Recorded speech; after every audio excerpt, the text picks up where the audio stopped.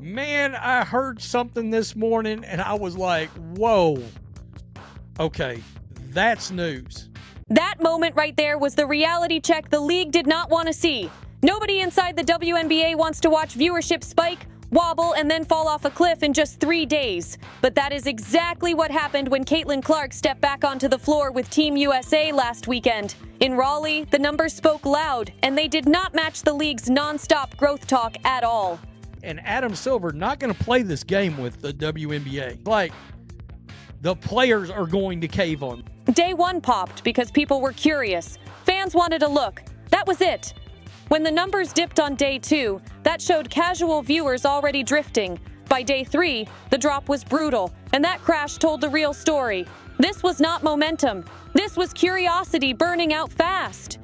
If you are the WNBA staring down a possible 2026 season, those trends should make you uneasy.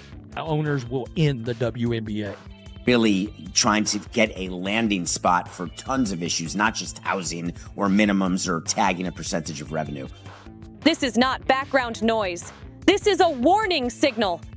If the players are not going to move on a revenue split versus derive revenue share off of a fixed number, what is your opinion on what happens? Maybe the end of the WNBA. January 6th matters more than most people realize. That date is the line in the sand, roughly 6 weeks away, when the league and players must either lock in a new CBA, extend negotiations, or risk a full shutdown. Reports already say players rejected the owner's latest offer, and that math should have everyone sweating. Every player is a free agent. All of them want money and need money. If there is no deal by March or April, a 2026 season is in serious danger. A lockout does not just pause momentum, it erases it. And the WNBA's momentum is already slipping. If you have a well-capitalized and well-funded business, the way Project B may be, that could be the end of the WNBA. Pointing to unrivaled as a safety net does not fix anything either. Saying, how probable is that? It'll be unpopular if the WNBA folds. Unpopular to who? To the large majority of the... I'm not sure I understand what you're saying. That league failed to pull a real audience, and many expected more. When your backup plan flops before the main product even stops, that is not bad luck. That is a structural problem staring everyone in the face. So let's talk about what actually mattered at Team USA camp, because beyond the headlines, this was the first real look at where Caitlin Clark truly stands right now. That's up from the current 249,000 and could grow to nearly 2 million over. Chloe Peterson from the Indy Star became the first WNBA reporter granted extended access to watch Caitlin practice with the national team. And what she saw cut through a lot of the noise surrounding Clark's recovery from the eardrum injury she suffered during the playoffs.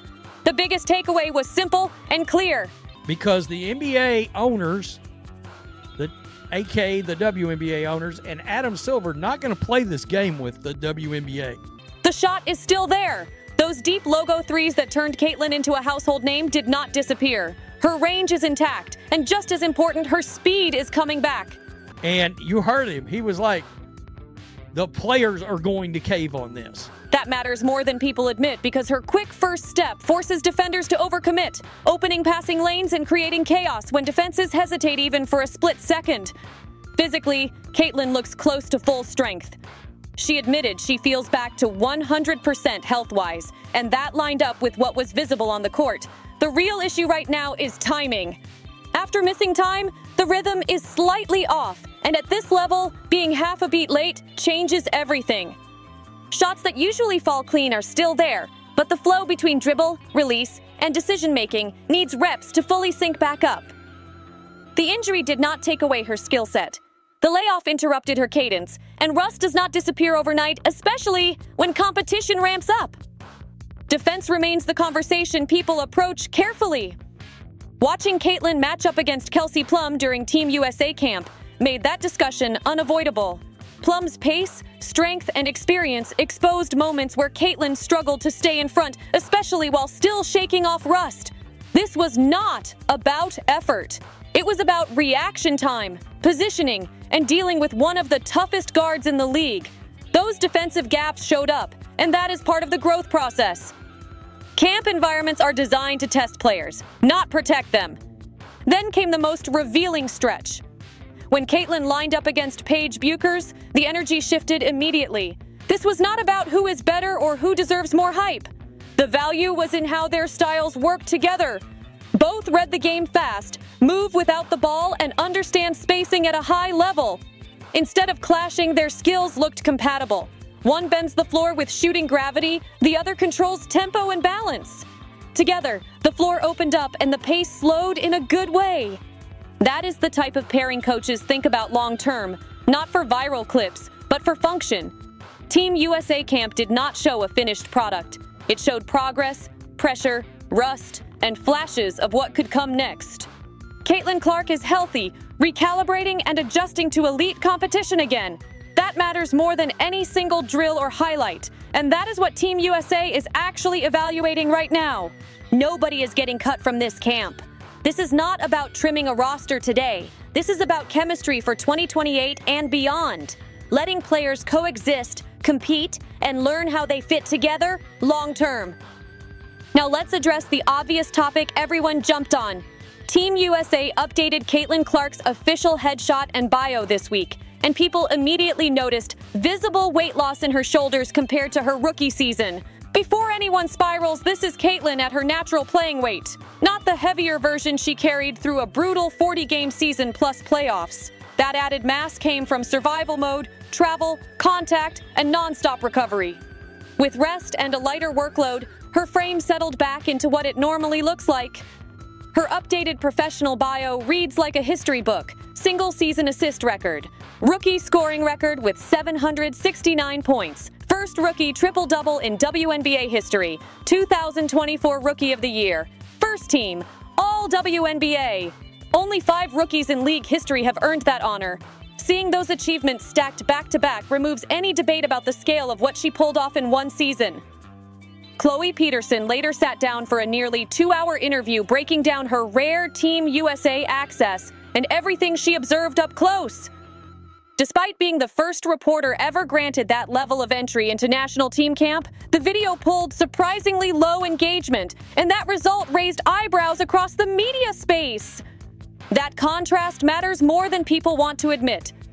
Caitlin Clark generates massive traffic during live games and through short, punchy clips on social platforms. But long-form breakdowns and detailed analysis do not pull the same crowd. Fans show up for the spectacle, not the substance. And that gap tells the real story about how this audience actually engages. This is not a knock on the reporting at all. The work was detailed, thoughtful, and informed.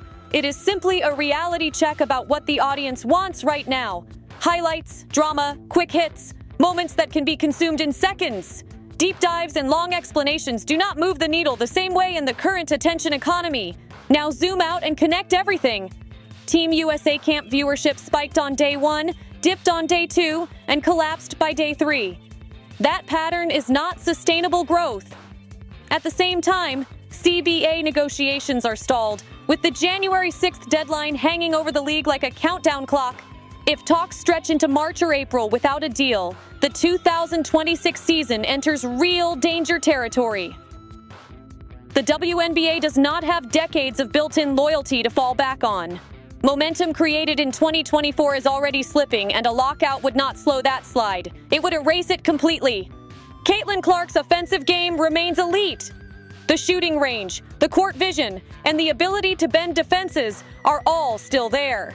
Defensive limitations are still part of the evaluation, especially when measured against the next wave of talent like Paige Buchers. And Team USA is clearly watching that closely. Media coverage tells its own story. Highlights explode, controversy spreads fast, deep reporting struggles to break through. A 30-second logo 3 racks up massive views, while a 2-hour interview barely registers. That gap exposes the difference between celebrity attention and real fandom. The uncomfortable truth is this.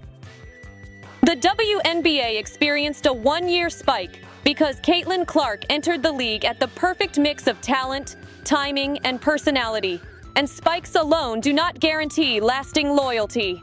Spikes do not build businesses. Foundations do. And right now, the WNBA's foundation is showing real cracks that can't be ignored anymore. A single surge of attention looks good on paper, but it means nothing if it cannot be sustained, protected, and grown into habit. Right now, the league is still living off a moment instead of building something permanent, and moments fade fast. Viewership is already trending downward, not stabilizing. The collective bargaining agreement is unresolved, hanging over everything like a storm cloud, and the supposed backup plan failed to bring in a real audience. That combination is dangerous. The fan base that showed up in 2024 already revealed its limits, and those limits come with clear conditions attached. They will watch Caitlin Clark play. They will tune in for logo threes, clutch moments, and viral highlights. But they will skip practices, avoid long breakdowns, and scroll past deep analysis.